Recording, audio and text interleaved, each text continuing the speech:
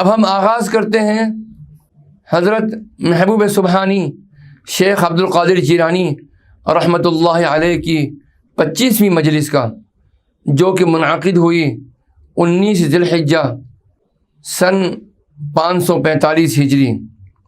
آپ فرماتے ہیں کہ ظاہری نیت کو چھوڑ کر باطن کے اندر مشغول ہو جاؤ۔ اے بیٹا، جب تک تو اپنے نفس اور خواہشوں کے گھیرے میں ہے، خلقت سے کلام کرنا چھوڑ دے، بولنے سے مر جا، کیونکہ اللہ تعالیٰ تم سے جب کسی امر کا ارادہ کرے گا تو تمہیں اس کے لیے تیار کر دے گا۔ جب چاہے گا تجھے زندگی بخش دے گا اور تجھے ثابت قدم کر دے گا اور تجھے کلام کرنے کے لائق بنا دے گا۔ اس صورت میں وہی ظاہر کرنے والا ہے، تو نہیں۔ تو اپنی جان اور کلام اور سب احوال اس کی قدر کے سپرد کر دے اور اس کے عمل میں مشغول ہو۔ تو عمل بغیر کلام، اخلاص بغیر ریا، توحید بغیر شرک، گمنامی بغیر ذکر، خلوت بغیر جلوت، باطن بغیر ظاہر ہو جا۔ ظاہری نیت کو چھوڑ کر باطن میں مشغول ہو۔ تو اللہ تعالیٰ کو مخاطب کرتا ہے اور ایاک نعبد و ایاک نستعین کی تلاوت کرتا ہے کہ ہم تیری ہی عبادت کرتے ہیں اور تیری ہی مدد چاہتے ہیں۔ اس میں تو اسی کی طرف اشارہ کرتا ہے۔ یہ حاضر کے لیے خطاب ہے، گویا تو کہتا ہے اے میرے نزدیک، اے مجھے جاننے والے، اے مجھ سے قریب، اے میرے اوپر گواہ، اپنی نمازوں اور دیگر حالات میں اسے اسی نیت اور اسی صفت سے مخاطب کرو۔ اسی لیے رسول اللہ صلی اللہ تعالی علیہ وسلم نے ارشاد فرمایا، اعبد اللہ کأنک تراہ فإن لم تکن تراہ فإنہ یراک۔ اللہ کی عبادت کرو گویا کہ تم اسے دیکھتے ہو، اور اگر تم اس سے نہیں دیکھتے تو وہ تمہیں دیکھتا ہے۔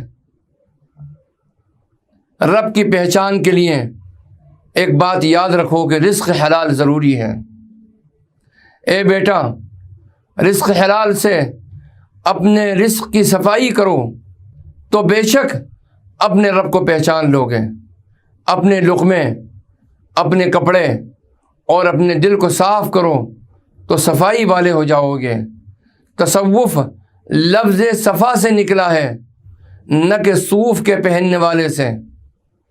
سچا صوفی جو اپنے دعوے تصوف میں صادق ہوتا ہے اور وہ اپنے دل کو ما سوی اللہ سے صاف کر لیتا ہے، یہ بات لباس بدلنے سے اور چہرے زرد کرنے سے اور میل کچیل جمع کرنے اور نیک لوگوں کی حکایتیں بیان کرنے سے اور تسبیح و تحلیل میں انگلیاں ہلانے سے حاصل نہیں ہوتی ہے۔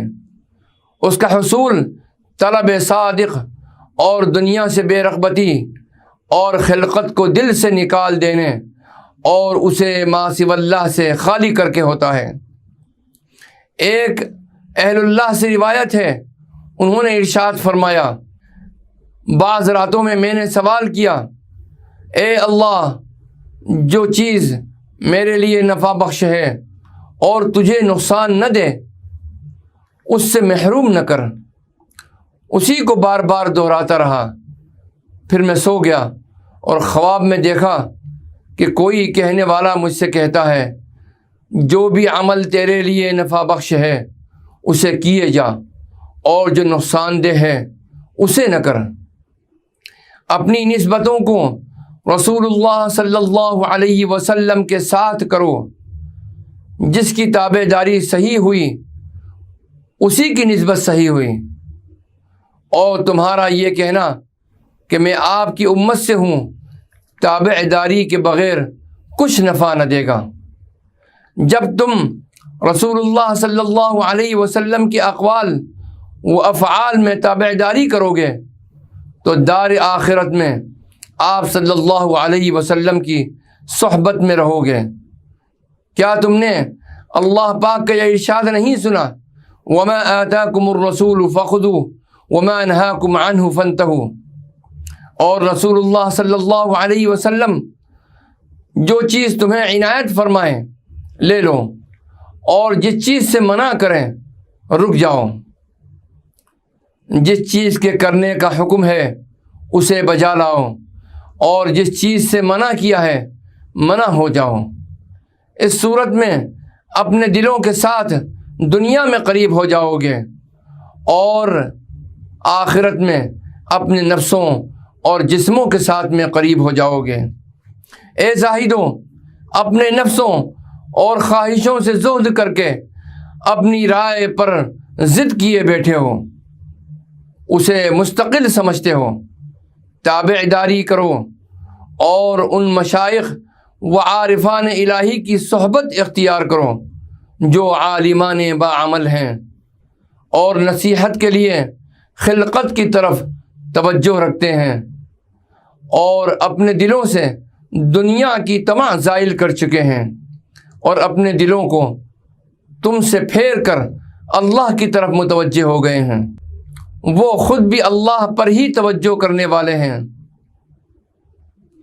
اور غیر سے نفرت رکھتے ہیں۔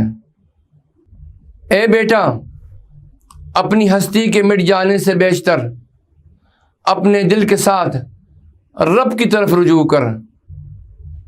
تو صالحین کے حالات میں اور ان کے تذکرے اور ان کی تمنا پر قناعت کرتا ہے، اور تیری مثال ایسی ہے کہ جیسے کوئی شخص پانی کو مٹھی میں لے کر اپنے ہاتھ کھولے تو کچھ بھی نہ پائے، ایسا نہ بن۔ تجھ پر افسوس ہے کہ تو سمجھتا نہیں، آرزو تو حماقت کا جنگل ہے۔ رسول اللہ صلی اللہ علیہ وسلم نے ارشاد فرمایا، ایاک والتمنی فإنہ وادی الحمق۔ اپنے آپ کو آرزو سے بچاؤ کیونکہ وہ حماقت کا جنگل ہے۔ شریروں کے کام کرتے ہو اور بھلائی والوں کے درجات کی آرزو رکھتے ہو۔ جس کی امید خوف پر غالب آئی وہ بے دین بنا، اور جس کا خوف امید پر غالب آیا وہ مایوس ہوا۔ سلامتی خوف اور امید کے درمیان ہے۔ رسول پاک صلی اللہ علیہ وسلم نے ارشاد فرمایا، لو وزن خوف المؤمن ورجاؤه لاعتدل۔ اگر ایمان والے کا خوف اور امید تولے جائیں تو دونوں برابر اتریں گے۔